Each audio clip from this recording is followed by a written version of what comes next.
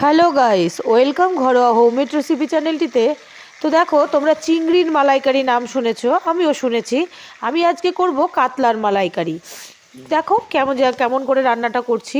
তো ওখানে কতগুলো কাতল মাছ আমি ভাজতে বসিয়ে দিয়েছি, আর এদিকে কিছু মশলা রেডি করে নিয়েছি। তার মধ্যে দেখো রয়েছে নারকেল, রয়েছে আমন্ড, একটু শুকনো লঙ্কা, কাঁচা লঙ্কা, আর গরম মশলা রয়েছে, একটা পেঁয়াজ, আদা। আর দেখো ওই যে পেঁয়াজটাকে সরিয়ে সরিয়ে দেখাচ্ছি, কি বলো তো, হ্যাঁ ওটা পোস্ত। 1 চামচ আমি পোস্ত দিয়েছি, আর সামান্য একটু জিরে, আর দিয়েছি রসুন। এই হচ্ছে আমার মশলা। আর একটা স্পেশাল জিনিস দেব। দেখো এই যে দেখতে পাচ্ছ দুধ, খাঁটি গরুর দুধ। ও তার থেকে মালাইটাকে তুলে নেব, মানে সরটাকে তুলে নেব। তো মালাইকারি করব অথচ মালাই থাকবে না, এটা তো হতে পারে না। তো তার জন্য এইভাবে দুধ থেকে সরটাকে আমি ছেঁকে তুলে নেব, মানে যাতে দুধটা না থেকে শুধু সরটাই পাই। তাই এইভাবে করলে কি হয়, খেতে অপূর্ব টেস্ট হয়। তোমরা বাড়িতে করে দেখো, খুব ভালো লাগে খেতে, একটা আলাদা ধরনের টেস্ট হয়। এদিকে নারকেল রয়েছে, বাদাম রয়েছে, তার মধ্যে দুধের এই মালাইটা খুব টেস্ট হয় খেতে। দুধটাকে একটু গাঢ় করে জাল দেবে, আর অনেকটা পরিমাণে মালাই উঠবে। এবার আমি এই মশলাটাকে একসাথে পেস্ট করব, করে আমি রান্না করব, হ্যাঁ, কাতলার মালাইকারি, যেটা আমার কাছে নতুন একটি রান্না। তোমরা কে কীভাবে খেয়েছো, কি তোমরা কীভাবে করো সেটা একটু জানিও তো, তাহলে আমিও ওইভাবে বাড়িতে রান্না করব।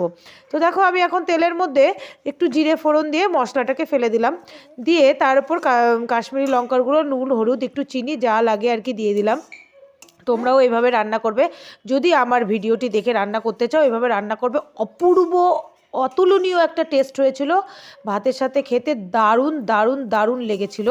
সত্যি কথা, নিজে রান্না করে বলছি না, খুবই ভালো লেগেছিল খেতে। তো দেখো আমার মশলাটা কষাই হয়ে গেছে, আর এখন আমি সামান্য পরিমাণে গরম জল দেবো। আমি কিন্তু ঠান্ডা জল ইউজ করব না, দেখতে পাচ্ছ ধোয়া উঠছে, হ্যাঁ গরম জল।